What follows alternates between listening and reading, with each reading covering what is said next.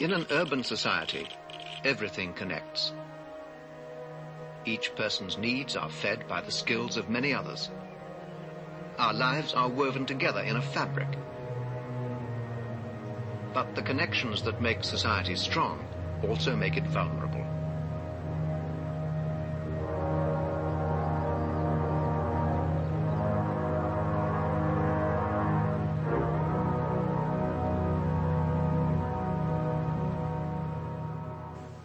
So what you just heard was the very opening line to the 1984 BBC nuclear war movie, Threads. This is the Kyle Style Podcast. Thanks for joining me. So I was browsing Reddit the other day and found a key frightening scene as a YouTube clip from another nuclear war movie called The Day After. Not to be confused with The Day After Tomorrow, the Jake Gyllenhaal world freezing over movie. This movie was The Day After, and it was released in 1983, same year I was born, starring Steve Guttenberg and Jason Robards and John Lithgow. But these movie clips come up from time to time on Reddit, other social media. A lot of times when people are talking about scary movies. And a lot of times people mean horror, but these movies were scary in a way that was more visceral and more real.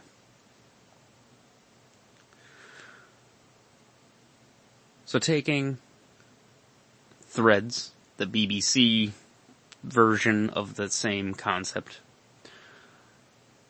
Nuclear war devastates the Earth, and as depicted in the shows, people live on in the aftermath and attempt to cope with the effects of nuclear war. To mixed results. And I couldn't help but notice in a lot of the comment threads that people talked about these movies and how when they were children and they saw it on TV and they, cried all night and they were terrified that it was going to be the end of the world, and that they were all just going to get vaporized the way it's depicted in The Day After and Threads. There's another sort of lesser well-known one called When the Wind Blows, which is actually an animated British movie with a David Bowie soundtrack for extra mood. But people were really frightened of this. It seemed very real at the time. It was approaching the end of the Cold War, but it was kind of the height of the tensions, the height of the technology, the height of the stockpiles. We were at the most dangerous that the situation could really be. And looking at it now, we're nearly, we're 30 years on from that. And the long-term effects of the Cold War and nuclear tensions, nuclear escalation are still being felt. We still have these movies come up online. You can look them up on YouTube. They're going to have thousands of views, if not hundreds of thousands. We live in what I've kind of called like a nuclear culture. Mad Max just made a resurgence. Mad Max Fury Road. We have really popular video games like Fallout, and Fallout Shelter, which is just a mini game of building your underground nuclear fallout bomb shelter. We made an entire game out of the idea. And everybody knows the radiation symbol, and what it is and what it means. And everybody's afraid of it, basically.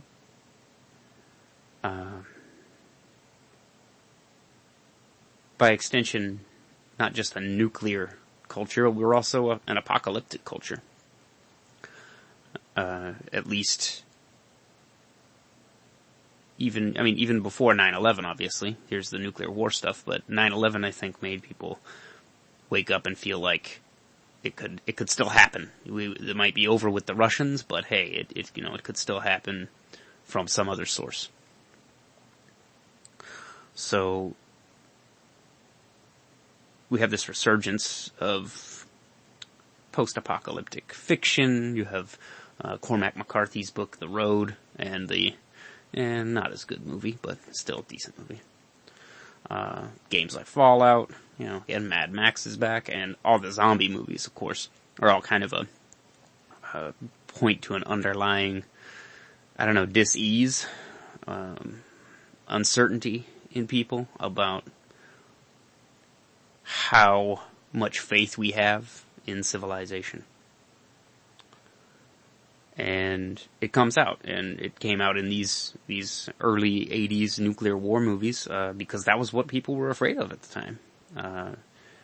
They really were scared that the U.S. and her allies and Russia and her allies were going to push the button and most likely end all life on Earth.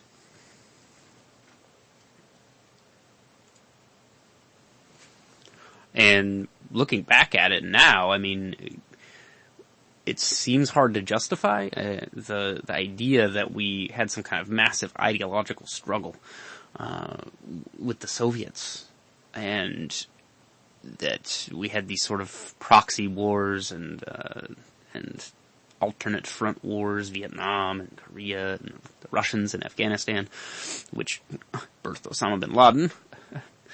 So,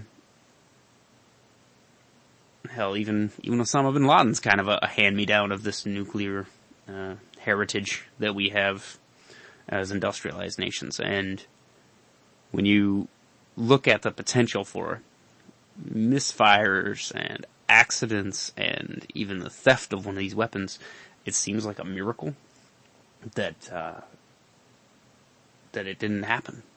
Cuban Missile Crisis, and there was various other times when it seemed like, because of mistakes or miscommunication, that the weapons were going to get launched, and we could kind of be living in the Fallout Mad Max future right now. Although I think it would be less fun. It would be a lot less fun than Fallout is. It would be brutish and short and terrifying. But being ideologically opposed by, economic systems and whatnot. Not that I would want to be a Soviet citizen under, KGB and all that stuff, but, we were so paranoid and so afraid that what we did was take our, if you put it in context of human history, we were a creature with no history and no technology, and we clawed our way up to being able to build rockets and fly men to the moon and back. And then we took those rockets and pointed them right back at the Earth and at each other and at ourselves.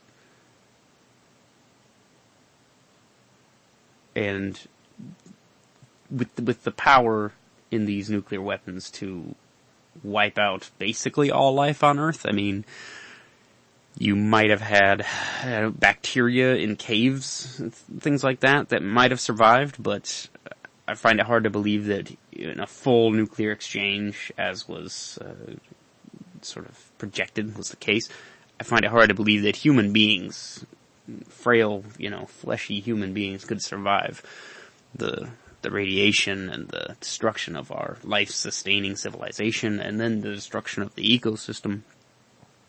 I don't think humanity would have survived. Maybe some life on Earth would have survived, but that's what we were really talking about. That's what was at stake. It's in some sense was a nuclear war, but it's not really a war if no one wins. If there's no one left over afterward to claim anything, was it a war or was it just suicidal?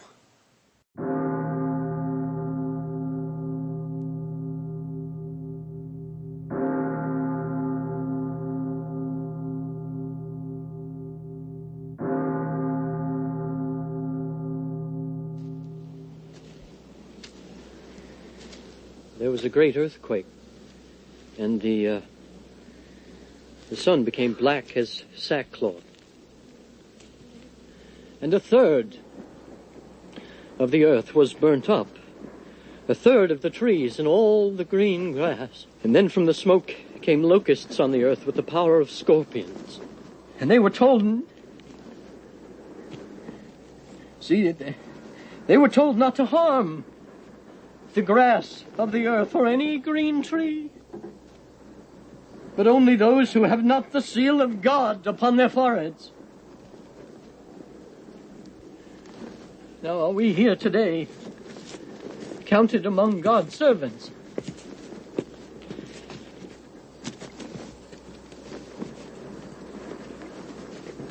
We give thanks to Thee, O Lord God Almighty, for rewarding Thy servants and those who fear Thy name, both great and small, and for destroying the destroyers of the earth.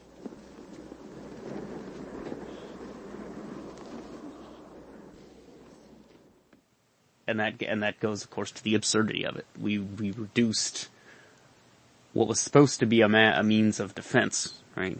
Defend America, end World War II by dropping some nukes on Japan. It's ethical, or it's at least understandable, warfare context. But then you take that out to thousands and thousands of missiles, and then the Russians have thousands of missiles, and then they're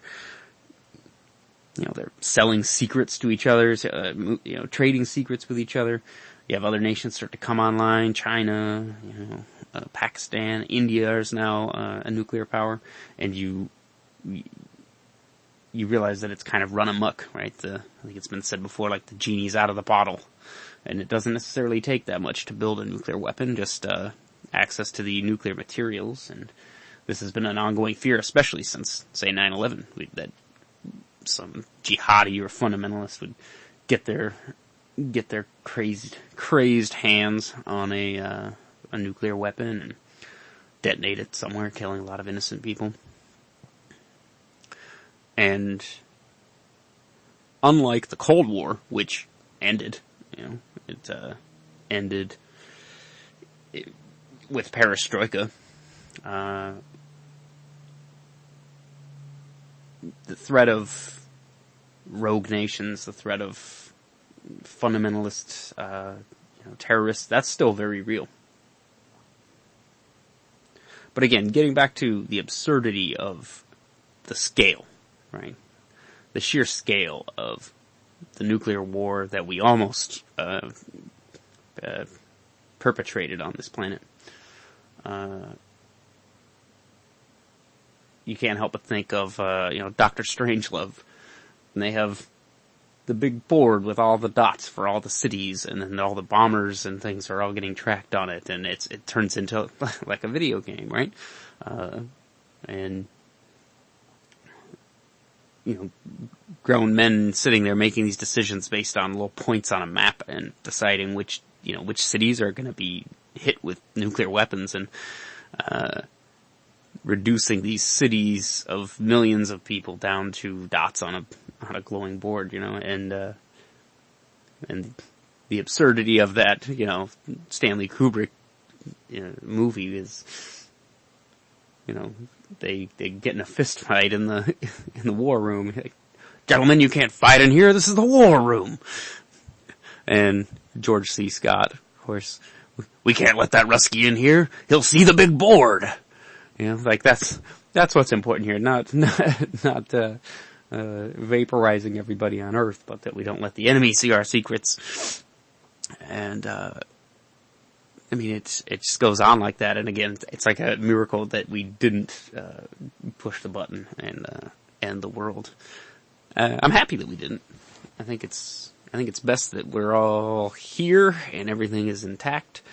But, again, that nuclear hand-me-down culture, we have this immense uncertainty.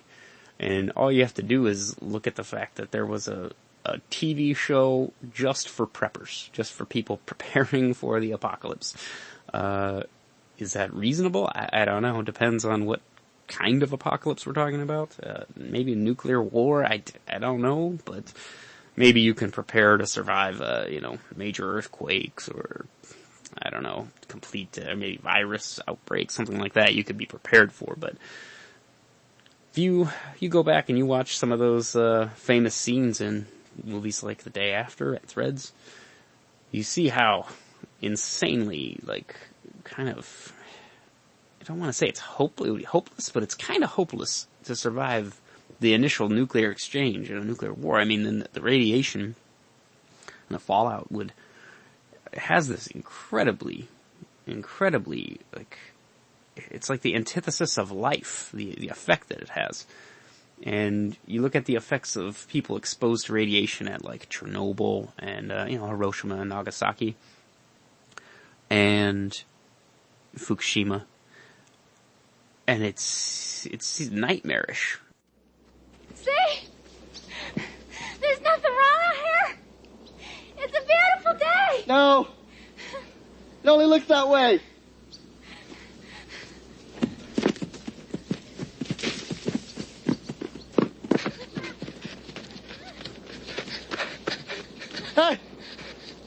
Hey. You can't see it. You can't feel it. And you can't taste it. But it's here. Right now. All around us. It's going through you like an X-ray. Right into your cells. What do you think killed all these animals? You get exposed to these radioactive particles, and they emit rays that will strip your DNA, the molecules that make up your body, and determine whether your cells divide, and that you continue to, replenish your body with new cells. That just stops, and then you kind of coast on empty, and as your cells die, they don't get regenerated, and you just kind of fall apart until all your vital organs stop working. And as far as I know, there's no real treatment for it. You just you get exposed to as much as you get exposed to, and like people who cleaned up Chernobyl, they live on, but they are in pain, and they are really unhealthy, and there's not anything anybody can do about it. So these weapons, these systems, we arrived at, as nations investing, billions and trillions of dollars into them, and there was the, duck and cover kind of campaigns and everything, and all of it centered around some kind of idea that we would survive it. And it almost seems as though we had the technology to build the weapons before we even had the technology to really understand what the long-term ecological effects would have been from a full nuclear exchange. But here we are, sort of, post-Cold War, and we can look back at, some of this media and whatnot, maybe look back at The Day After or Threads, and there's some cheesy acting from the likes of Steve Guttenberg, and maybe the music is a little corny, the special effects are a little, leave a little bit to be desired, but they're still very visceral, and they can really I think they can put you back there and help you understand how tense it was, how real it all felt to everybody. And aside from maybe right after 9/11, I don't think our generation, my generation, really has experienced that in the same way. And this constant sort of dread that the whole world is completely out of control and that the world could be snuffed out in an instant. Now, in some sense, maybe the Cold War is over, but in another way, again, nuclear hand-me-down culture. We have, I did some rough numbers recently. The U.S. has 18 Ohio-class nuclear submarines. Now, I don't know what an Ohio-class is, but they are armed with a total of 952 nuclear weapons. That would be 34 weapons each for each of the Earth's 28 major cities. So, of the Earth's 28 major cities, they could all be hit with 34 nukes. And that's just our submarines. And those submarines could be anywhere in the world.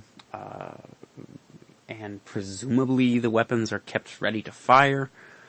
And this is part of what creates a certain amount of global, this creates the global mood. If the U.S. pulls a nuclear submarine up at your country, in a sense, we mean business, but at the same time, we haven't fired a nuke in anger since, we haven't dropped a nuke in anger since World War II. So in a lot of ways, since it's not used, it's not exactly a deterrent anymore, because that would be, if we see that again and it came from, say, the U.S., I don't even know what the, long-term effects of that would be. That's the kind of thing that could spark a new nuclear war.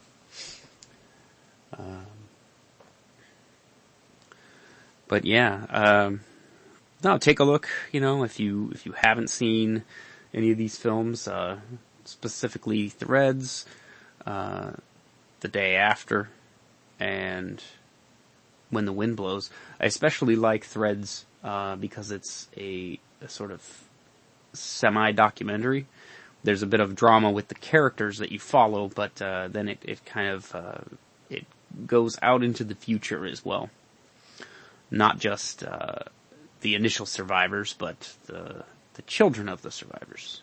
And they, you see with a few little exposition points from a narrator about, there's no more fuel, so now there's no more industrial agriculture, there's not really any more law enforcement, and you see how the population can get reduced to basically peasants trying to scratch in the ground with sticks and get something to grow out of the irradiated earth, and ultimately, I won't spoil the end for you, but the very end is a very haunting scene that is representative of the real long-term effects of nuclear war, and we've been close to that brink before, and hopefully as in the past, hopefully cooler heads can prevail, or this hand-me-down nuclear culture will become a hand-me-down wasteland.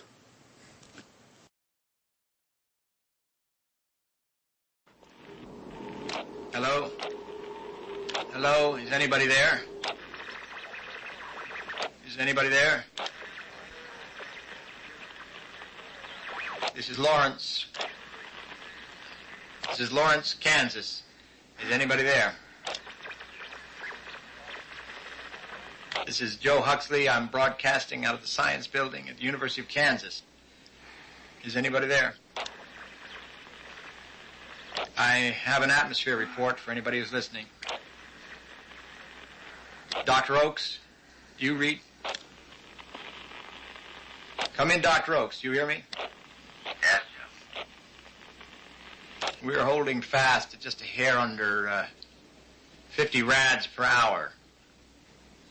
I thought that it would have diminished by now. I guess that means we're picking up a lot of fallout from Titan missile bases. Wichita, wherever else. Out west. That's the way the wind blows. Straight toward St. Louis. When will it be safe to move people to other buildings? It'll never be safe. Come on, Joe.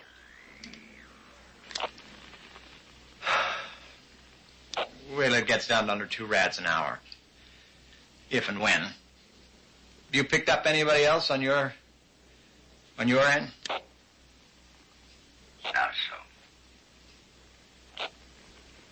This is Lawrence. This is Lawrence, Kansas. Is anybody there? Anybody at all? Anybody at all? Anybody at all?